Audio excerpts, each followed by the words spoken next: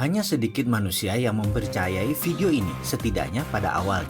Berani bertaruh, video ini menjawab banyak pertanyaan penting dalam sejarah umat manusia dalam mencari kemakmuran. Untuk sebagian orang, jawaban tersebut akan sangat menggetarkan. Bahkan, tidak ada mirip-miripnya dengan pengetahuan yang telah ada atau yang biasa Anda dengar sebelumnya. Video ini akan mengubah pandangan dan pemahaman Anda yang selama ini Anda dapatkan tentang materi dan kemakmuran. Saat ini, banyak dari kita yang sedang mengalami krisis kemakmuran, krisis kepercayaan, dan tertekan masalah ekonomi. Namun, jika dirunut lebih dalam lagi, semua itu terjadi karena pemahaman akan materialisme yang selama ini dipegang umat manusia bertolak belakang satu dengan yang lainnya. Tapi sesungguhnya, bisakah krisis keuangan dan kesulitan ekonomi itu dihentikan? Saya tahu bahwa Anda juga tahu bahwa jawabannya adalah bisa. Yang menjadi pertanyaan adalah apakah Anda tahu apa yang sebenarnya Anda inginkan? Tontonlah video ini lebih dari sekali. Saya juga mengajak Anda menonton dari awal hingga akhir. Kemudian mengulangnya per bagian. Kemudian buatlah catatan-catatan kecil di beberapa bagian. Ujilah, kebenaran yang sejati adalah kebenaran yang teruji, bukan? Saksikan video ini dengan santai, kemudian ulangi lagi. Anggap saya ada di samping Anda sebagai sahabat yang menemani Anda dan berbagi rahasia kecil kepada Anda. Tontonlah video ini dengan hati, tapi pastikan gunakan lebih dari satu hati. Hati-hati. Banyak informasi dalam kehidupan ini, terutama dalam mencari kemakmuran, menjadi tidak akurat setelah Anda menonton video ini. Tetapi garansi, pasti hasilnya lebih baik. Itulah jawaban mengapa dunia sekarang dalam bahaya yang sangat besar, karena kemakmuran seakan tidak bisa dicapai oleh semua orang. Hanya segelintir orang yang kebetulan bernasib baik memperolehnya. Kembali pilihan ini ada pada kita. Siapkah Anda menulis sejarah hidup Anda? Kita mulai dengan otak sama, nasib beda. Ketika berbicara soal kemakmuran, prosperity conscious atau kesadaran kaya, selalu menjadi hal pertama yang saya bahas adalah kata-kata. Ini menekankan bahwa cara kerja otak adalah pilihan. Jadi bagaimana Anda memprogram otak Anda untuk menjadi seorang yang kaya, Andalah yang menentukan. Artinya, kaya itu pilihan. Siapa yang ingin mendapatkannya pasti dapat, karena kaya itu hak semua orang. Ini sekilas fakta tentang otak. Bangsa manapun di dunia, ukuran otaknya, baik ukuran panjang syarafnya, jumlah pengantar kimianya dalam otak, maupun sensornya, semuanya sama. Kecepatan kemampuan berpikir yang oleh sebagian orang disebut IQ juga tidak berbeda jauh. Intinya kemampuan menyimpan datanya juga sama. Jika manusia diibaratkan komputer, anggap saja otak itu hardware dan semuanya sama. Lalu di mana bedanya? Mengapa yang satu lebih sehat dari yang lain? Mengapa yang satu mudah tertawa, yang lain selalu sengsara? Mengapa yang satu mudah mendapat jodoh, yang lain selalu sendiri? Mengapa yang satu lebih cepat mendapatkan uang, yang lain tetap saja miskin? Ada sebuah fakta, jika saya menyebutkan 375 nama orang, kemudian harta tersebut dari mereka digabungkan semua, nilainya sama dengan kekayaan 3 miliar manusia. Ya, 375 orang, kekayaan sama dengan kekayaan 3 miliar manusia. Di antaranya kita sebut Bill Gates, Donald Trump, Warren Buffett, Laxmi Mittal, Paul Allen, Mark Cuban, Jeff Bezos, Rupert Murdoch, dan saya bisa melanjutkan sampai 375 orang. Orang-orang seperti mereka ini memiliki jumlah kekayaan sama dengan 3 miliar manusia digabungkan. Jadi kesimpulan, otak sama, nasibnya beda. Nasib, ini batu sandungan pertama. Ada sebuah sistem pada manusia yang namanya belief system atau sistem keyakinan. Ini ditanam di subconscious atau di pikiran bawah sadar seseorang. Jika sudah ditanam di posisi ini, untuk mengubahnya perlu teknik khusus. Kalau menggunakan cara biasa tidak akan pernah berubah. Misalnya kebiasaan merokok. Maaf ya, saya mengambil contoh merokok karena mudah dipahami. Saya tidak merokok, tapi saya bukan anti orang perokok. Prinsip saya merokok itu baik, tidak merokok itu lebih baik. Itu hanya sebuah pemahaman dan pengambilan posisi dalam melihat sesuatu. Kembali ke merokok sebagai contoh. Dalam iklan televisi, dikatakan secara vulgar, merokok bisa menyebabkan kanker, gagal janin, penyakit paru-paru, dan lain sebagainya. Apakah dibaca oleh setiap perokok? Ya, namun apakah mereka lantas berhenti merokok karena takut akan peringatan tersebut? Tidak juga. Mengapa? Itulah kerja otak. Otak conscious yang menguasai informasi pengetahuan hanya menguasai 12% dari sebuah tindakan. Subconscious, bawah sadarnya 88%. Informasi tadi hanya menempel di conscious, tidak menjadi gerak karena dalam database otak, subconscious menyatakan merokok itu nikmat. Jadi, itulah yang terus dilakukan olehnya, merokok. Subconscious lah yang berkuasa, 5 kali lebih kuat dari kekuasaannya conscious. Sekarang kita kembali ke prosperity conscious atau kesadaran kemakmuran atau IQ IQ kaya atau tulang kaya atau balung sugih, apapun itu, bagi Mind Master atau sang pemilik otak, ini semacam software. Jadi 375 orang kaya memiliki software ini, sedangkan 3 miliar manusia belum memiliki software ini. Bisa menerima? Masih berat? Masih bertanya, di mana itu nasib? Ya, ini pertanyaan kecil dari kelompok besar. Ini pertanyaan saya pula. Saya mengalami jalan kehidupan yang turun naik seperti gelombang laut selagi badai. Saya pernah memiliki materi berlimpah, tapi 3 tahun kemudian tinggal di rumah kontrakan dan masih menanggung hutang yang besar lagi. Kemudian kembali berlimpah materi, kemudian kembali terpuruk, kembali lagi naik ke atas, lalu berbalik begitu sampai di puncak. Saya sudah mengalami beragam kisah untuk bisa menjadi diri saya sekarang. Ketika itu saya banyak mempertanyakan nasib dan urusan jalan hidup. Hingga akhirnya saya memutuskan untuk belajar dan mencari kemanapun untuk mendapatkan jawaban pertanyaan saya yang terbesar. Nasib itu pemberian Tuhan atau buatan manusia? Itu pertanyaan saya. Saya tidak kaget jika pertanyaan itu membuat Anda memutuskan berhenti menonton video ini hingga di chapter ini. Karena belief system Anda menyatakan rezeki sudah ada yang mengatur. Sementara kalau diteruskan ternyata rezeki itu manusia yang mengatur. Yang selama ini kita kenal dan melaksanakan sesuai sistem Tuhan. Ini sungguh menyesakkan, bukan? Tapi kalau itu kebenaran yang terjadi, bagaimana? Izinkan kosongkan gelas Anda. Ke depan akan ada banyak hal yang menyesakkan dada Anda. Saya tetap akan melanjutkan kisah dalam video berikutnya untuk Anda sahabat semua. Karena saya tahu sekali, fakta bisa merubah kebenaran. Ya, kebenaran Anda akan ditantang ke batas ujung dengan fakta-fakta yang akan saya berikan. Beranikah Anda meneruskan video selanjutnya? Millionaire Mindset. Dulu, kehidupan saya mengalami goncangan yang amat sangat. Ini bukan pertama kali, melainkan kedua kalinya saya terpuruk. Tapi yang kedua ini sangat dahsyat. Seluruh harta saya hilang dan hutang saya menumpuk. Ketika itu saya masih memiliki beragam bisnis, tetapi dalam masa hampir bersamaan, shit happen alias kesialan beruntun terjadi dalam kehidupan saya. Money changer saya kecurian hingga 2 kali dalam 3 bulan. Kapal, barge yang saya bertransaksi untuk mengirim barang ke Kelian Equatorial Mining di Kalimantan Timur karam. Asuransi tidak membayarnya. Pabrik kapur Hydrated Lime yang masih berhutang pada bank kena gempa di Cilengsi. Gempanya memang kecil, tapi meretakkan tungku utama yang harganya mahal. Traktor di kuari kapur meluncur tak terkendali menabrak silo pabrik. Asuransi juga tidak menggantinya. Ditambah lagi bank pembiayaan kami yaitu PDFCI ditutup BPPN di tengah krisis keuangan yang berkepanjangan kala itu. Harga bahan baku mendadak naik 200% yaitu harga gas. Perusahaan saya pun terpaksa file for bankruptcy. Semua musibah ini terjadi dalam kurun waktu 2 tahun yaitu tahun 1999 dan 2001. Kerugian tak tanggung-tanggung. Mobil hilang semua, rumah 3 hilang semua. Masih berhutang 9 digit lagi. Setiap saat, setiap hari emosi saya memuncak. Makan keluarga, bayar sewa, uang sekolah anak membuat panik dan marah. Mau bekerja di mana? Kapan hutang terbayar? Bagaimana untuk hidup? Demikian segala hal itu berkecamuk di kepala saya. Dikejar debt collector, dikejar hukum, dikejar BPPN, dan juga dikejar teman investor yang marah dan kecewa dengan saya. Bayangkan betapa kusutnya situasi saya saat itu. Di tengah keputusasaan, siang itu saya langsung memandang langit dan bicara langsung kepada Allah Subhanahu wa Ta'ala, Tuhan yang saya percayai 100%. Saya katakan kepadanya bahwa saya putus asa dan hidup saya sudah diambang frustrasi. Saya marah sekali kepada semuanya. Saya menuduh kehidupan ini tidak adil. Saya merasa telah melaksanakan seluruh ajaran agama. Saya teringat betapa tertibnya saya puasa Senin Kemis selama 5 tahun. Saya tidak putus sholat malam. Selalu tahajud setiap malam. Jangankan peribadatan yang wajib-wajib, yang sunnah saya laksanakan semua. Hitungan zakat, hitungan sedekah, saya tidak 2,5% lagi. Saya mendirikan panti asuhan, mengelola 8 panti, menampung 400 anak yatim dalam kurun waktu 5 tahun kala itu. Itu semua saya laksanakan dengan tulus, dengan keindahan munajat.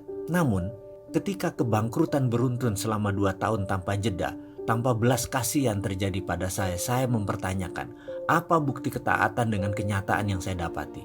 Jujur, saya marah kepada Tuhan. Waktu itu, saya protes, bahkan sempat muncul keraguan dalam hati saya mempertanyakan keadilan Tuhan. Saya bertanya kepadanya, mengapa musibah ini terjadi kepada saya? Apalagi yang kurang dari saya, sehingga saya pantas menerima ini semua? Mengapa rasanya hidup ini kejam dan sadis sekali? Pertanyaan-pertanyaan itu terus berputar dalam diri saya. Akhirnya saya mulai menjauh dari Tuhan. Jangankan sunnah, yang wajib pun mulai saya tinggalkan karena saya meragukan semua tentang ajaran kebenaran agama saya. Saya bertanya namun tidak ada jawaban. Saya kesal, saya murka. Permasalahan ekonomi ini akhirnya berimbas pada rumah tangga dan pernikahan pertama saya waktu itu. Istri saya kembali ke rumah mertua. Kemudian saat itu anak saya yang tertua demam, panasnya 39 derajat Celcius dan sudah tidak gerak banyak. Adiknya pun mengalami hal yang sama. Mereka masih balita, baru berumur 4 tahun dan 2 tahun. Listrik di rumah padam, PLN tidak mampu bayar, tidak ada makanan, tidak ada uang di tangan. Dan setiap saat ada telepon isinya penagih hutang-hutang saya. Saya berutang pada lebih dari 5 institusi keuangan, lebih dari 60 individu. Dari utang yang berjumlah hanya 1 juta hingga miliaran rupiah. Puncaknya suatu hari saya ditelepon oleh seorang pemberi hutang yang mungkin sudah muak dengan saya. Dengan kasar dia bilang akan mendatangi rumah saya sore ini dan dia akan tagih dengan apapun resikonya. Kalau tidak bayar dia akan paksa. Gaya bicaranya sudah seperti preman. Tumpah darah pun dia siap katanya. Saya tidak ada pilihan. Hanya bisa melakukan satu hal. Saya bertahan habis-habisan, saya asah pisau. Saya sudah tidak sanggup lagi dan bersiap untuk kemungkinan terburuk. Kalau memang orang itu menantang bertumpah darah, terpaksa saya lawan. Saat itu rasanya saya siap membantai orang. Saya sudah tidak peduli lagi apa yang akan terjadi. Saya sudah tidak punya apa-apa. Bahkan harga diri pun saya tidak punya. Saya siap mati. Kedua anak saya yang demam membujur lemas di lantai beralaskan hanya bed cover. Bukan tempat tidur. Udah dijual tempat tidurnya. Yang satu minum dari botol air tajin, air beras. Yang satu hanya diam dengan botol air mineral yang tidak diminumnya. Saya hanya menatap kosong. Ke dokter tidak bisa. Tidak ada jalan lain saya menuju ke dokter. Karena itulah, begitu ada yang menantang harga diri saya sudah tidak punya apa-apa lagi. Saya siap jiwa raga. Dia yang menagih, kalau datang mencari ribut, saya bunuh. Itu pikiran laknat yang sempat terlintas dalam benak saya. Saat itu saya berpikir, toh dia orang rantau, keluarganya tak ada.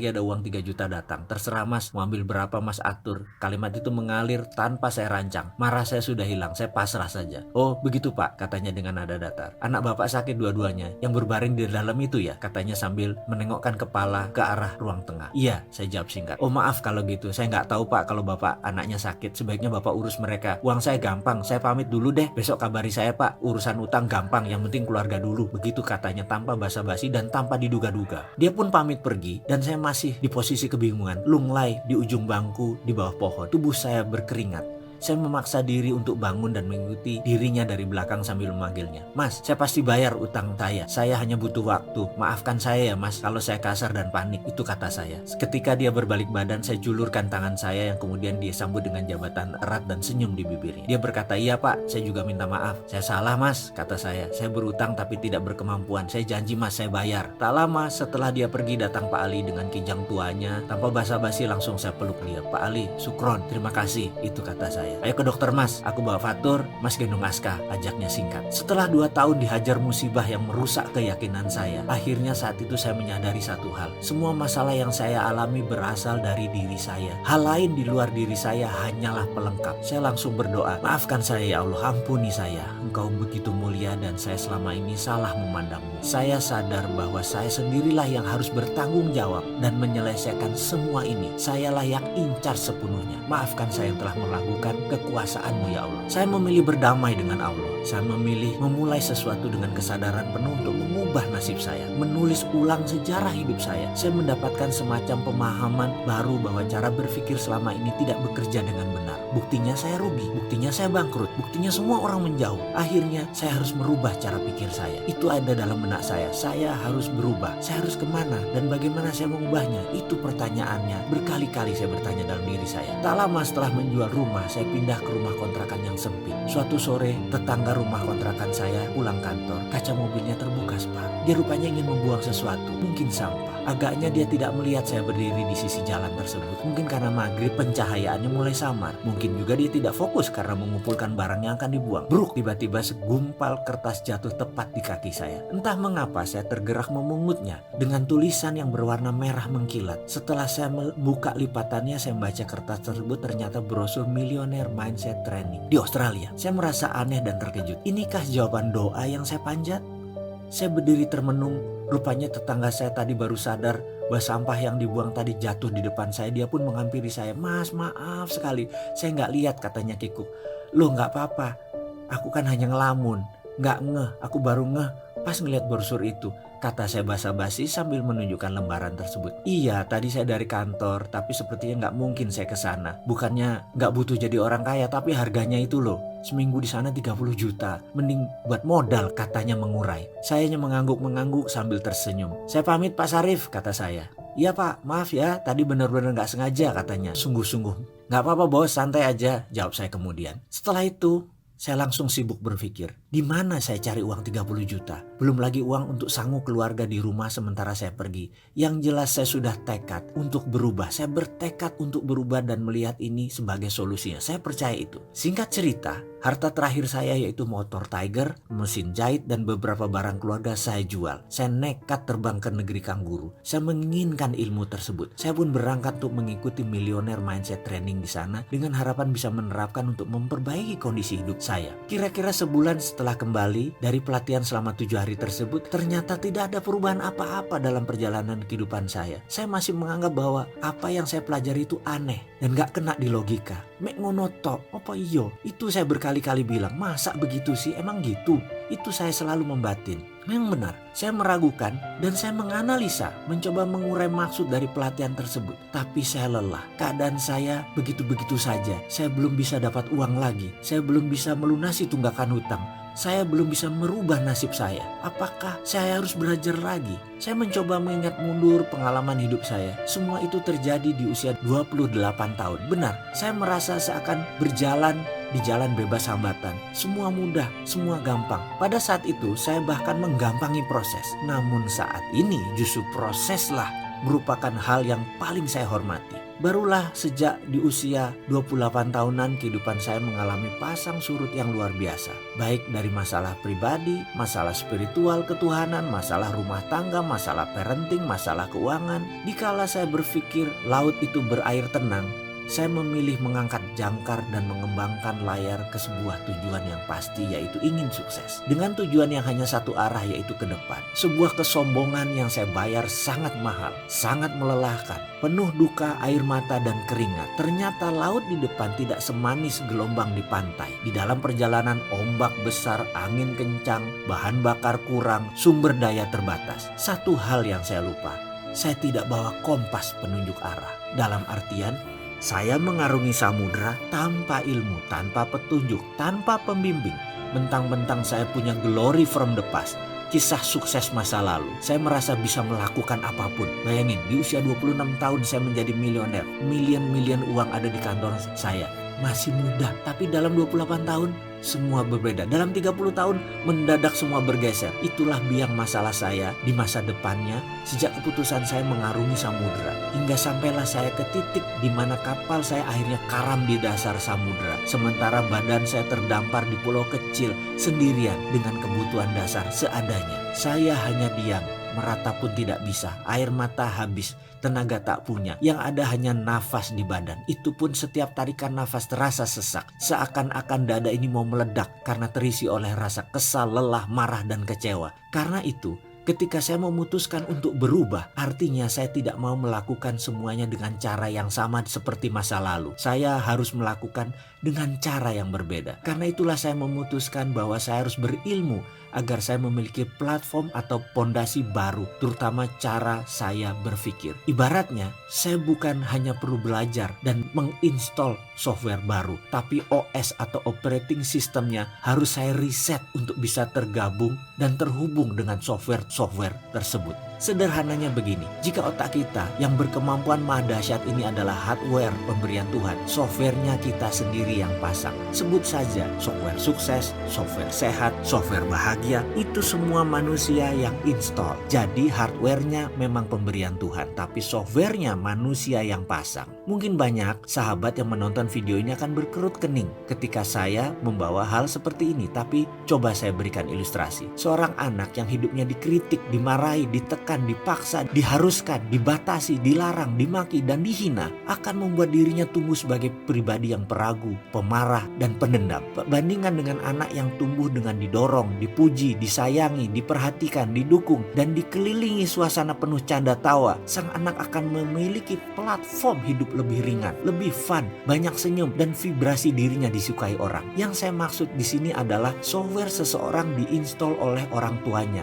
oleh lingkungan sekitarnya, dan tentu saja software yang buruk bisa diganti, diubah, bahkan dibuang bila kita mau. Sesuatu yang dipasang umumnya bisa dilepas. Setuju bukan? Bukan sesuatu yang permanen, karena itu kita yang masang, kita bisa lepas juga. Teman-teman dari bidang aplikasi psikologi mungkin mengenal ini dengan sesi terapeutik dalam dunianya. Ketika mencari kompas ilmu pengetahuan dan pola pikir, itulah saya baru sadar. Selama ini saya menerima hasil sebuah printer yang isinya salah. Lalu saya mati-matian mentipek, menghapus tulisan dalam kertas tersebut. Begitu seterusnya. Saya tidak sadar bahwa yang saya harus rubah adalah justru bukan dokumen yang diprint, tetapi bukan juga printernya, melainkan data di dalam komputernya. Kalau isi komputernya sudah benar, baik itu softwarenya maupun datanya, hasil yang diprintnya pasti tidak salah, pasti benar. Lepaskan beban yang tak perlu. Suatu hari, Yudi, mitra bisnis saya di Money Changer, menelpon. "Bro, sorry nih, kita bisa ketemuan nggak?" Katanya dengan suara bergetar. Saya kenal sekali suara orang ketika sedang panik. Saya pun mengiyakan, walaupun itu hari Minggu dan masih suasana libur lebaran. Singkat kata, Yudi hadir di depan saya dan terlihat bingung. Setelah mengatur nafas yang terburu-buru, akhirnya dia memberanikan diri mulai bicara.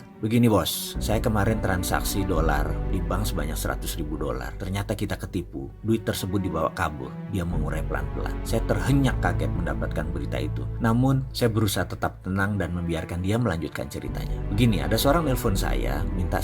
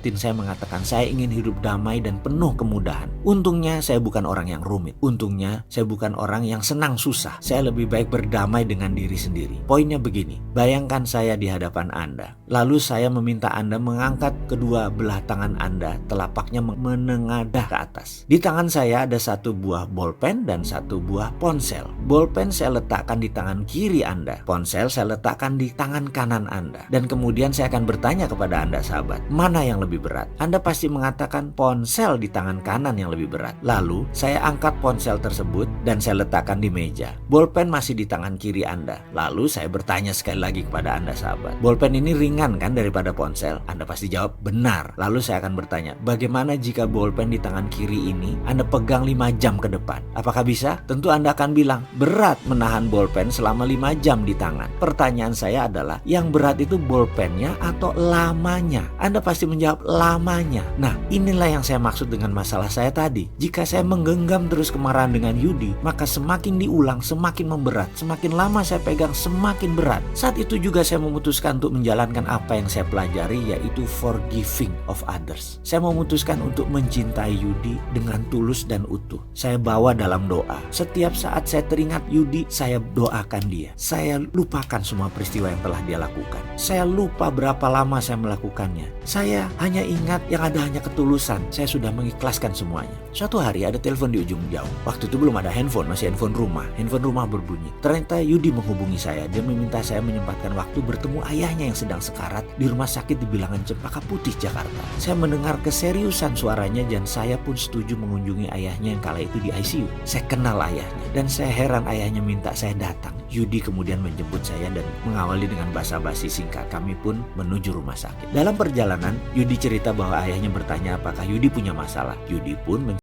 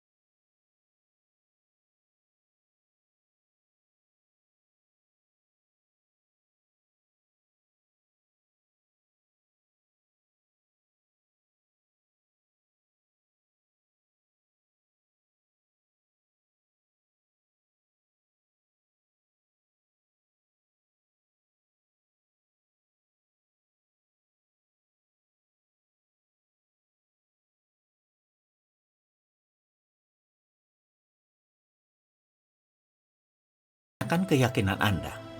Jika keyakinan tidak diuji, maka keyakinanlah yang akan menguji Anda.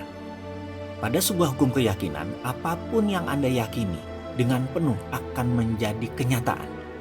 Anda selalu berjalan sesuai dengan keyakinan Anda. Anda selalu berjalan konsisten dengan keyakinan Anda, tidak peduli benar atau salah. Semua yang Anda yakini saat ini adalah hasil sebuah proses pembelajaran selama kehidupan Anda kemarin. Namun, begitu keyakinan tersebut jalan di tempat, pada saat ini Anda wajib memiliki keyakinan baru. Bagaimana membentuk keyakinan baru tersebut? Milikilah keyakinan yang sejalan dengan kemajuan. Ingat, keyakinan Anda sangat menentukan kehidupan nyata Anda. Anda bukan mempercayai yang Anda lihat, tetapi Anda melihat apa yang Anda yakini. Dan ketahuilah, keyakinan yang paling berbahaya adalah kepercayaan yang membatasi diri atau self-limiting belief. Ini adalah jenis keyakinan terhadap diri Anda, terhadap potensi Anda yang menghambat Anda. Banyaknya keyakinan seperti ini adalah keyakinan yang Anda terima tanpa melihat kebenarannya. Hanya kumpulan pemikiran orang sekitar Anda yang Anda angguk. Misalnya, ada sebuah situasi, lalu Anda bilang, ya itu kan hanya untuk orang kaya, bukan untuk kita. Atau, ngapain sukses atau kaya kalau nggak bahagia? Hidup kan yang penting bahagia. Atau Anda menyatakan begini, ini informasi apaan sih? paling sama aja ngajarin ilmu tapi susah dipraktekin. Perhatikan 3 kalimat tersebut. Pernyataan pertama membuktikan bahwa dalam pikiran Anda memilih berjarak dengan kekayaan, berjarak dengan kesuksesan. Anda memilih diri Anda tidak layak untuk sukses. Pernyataan kedua, Anda memilih berpikir bahwa kaya atau miskin tidak penting, yang penting bahagia. Anda berpikir bahwa kaya itu merepotkan, bahwa kaya itu menjadi ancaman. Namun, dalam kondisi tidak kaya, Anda akan sering digoda dengan kenyamanan orang kaya, sehingga kekesalan Anda memuncak atas usaha mencari kebahagiaan yang tersandung-sandung. Pernyataan ketiga, Anda menyatakan lelah atas banyaknya peluang yang mendatangi Anda karena permintaan Anda untuk sukses, tetapi Anda tidak mencapainya. Artinya, Anda menolak untuk sukses. Dalam benak Anda, sukses itu susah. Jadi lebih baik stop belajar. Jika Anda benar yakin bahwa Anda memang tidak mampu dalam bidang mencari kemakmuran, mencari kesuksesan, dan menghasilkan uang banyak, kepercayaan ini benar dalam kehidupan Anda.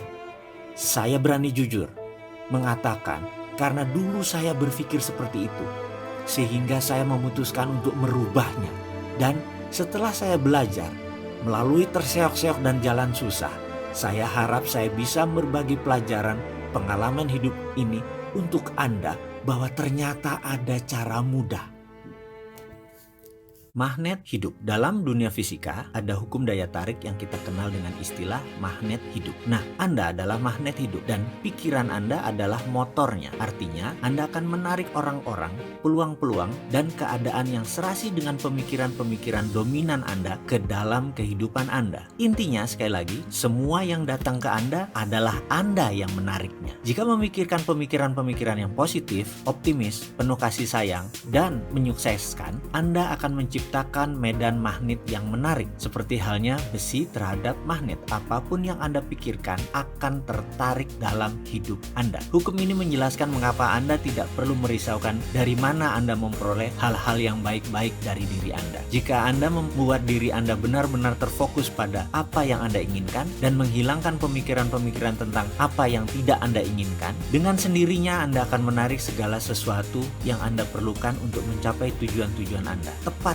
ketika Anda sudah siap menerimanya. Ubahlah cara berpikir, maka Anda dapat mengubah hidup Anda. Sebaiknya Anda memilih dan memilah pikiran-pikiran tersebut. Orang-orang yang berhasil adalah mereka yang berpikir dengan lebih efektif dibandingkan mereka yang tidak berhasil. Mereka menghadapi kehidupan mereka, hubungan-hubungan mereka dengan orang lain, tujuan-tujuan hidup mereka, masalah-masalah mereka, dan pengalaman-pengalaman mereka dengan cara berbeda dengan orang lain. Mereka menaburkan bibit lebih baik dan sebagai akibatnya akan menuai kehidupan yang lebih baik pula. Jika belajar bagaimana cara berpikir dan bertindak layaknya orang sukses, orang yang lebih bahagia, dan orang yang lebih makmur, Anda akan dengan segera dapat menikmati kehidupan serupa dengan kehidupan mereka. Ketika sudah mampu mengubah cara berpikir, Anda akan dapat mengubah kehidupan Anda. Caranya bagaimana? Caranya dengan melakukan ketidakmungkinan yang disegerakan. Seperti yang sudah kita bahas sebelumnya, dalam dunia komputer kita mengenal istilah hardware dan software. Otak kita, tubuh kita adalah hardware, sementara cara kita berpikir adalah software. Software itu terbagi dua, ada OS atau operating system dan ada aplikasi. Misalnya operating systemnya adalah Microsoft Windows, aplikasinya adalah Adobe Photoshop. Maka kita bisa menggunakan software tersebut untuk mengubah-ubah foto sesuai keinginan kita. Nah, dalam kehidupan ada software aplikasi juga, misalnya software bahagia, software sehat, software sukses, software santun, dan lain sebagainya. Manusia terlahir tanpa software aplikasi. Perjalanan hidupnya lah yang membuat berbagai macam software tadi secara perlahan dipasang dengan peristiwa-peristiwa berulang dan berbagai informasi yang mengelilinginya. Yang menjadi masalah biasanya adalah OS atau operating systemnya tidak bisa mengaplikasikan softwarenya. Misalnya OS-nya Android, aplikasinya Corel Draw, itu tidak akan bisa jalan programnya dengan baik. Dalam kehidupan, operating system adalah sistem keyakinan Anda atau belief system Anda. Anda. Adapun sukses, bahagia, sehat, senyum, musik, olahraga, bekerja, memasak, ikhlas, ringan tangan adalah software yang harus diinstal, yang harus masuk dengan sengaja, dengan pilihan sadar. Yang menjadi pertanyaan sekarang, kenalkah Anda dengan operating system Anda? Kenalkah Anda dengan belief system Anda? Kenalkah Anda dengan software aplikasi Anda? Hal ini mungkin menjawab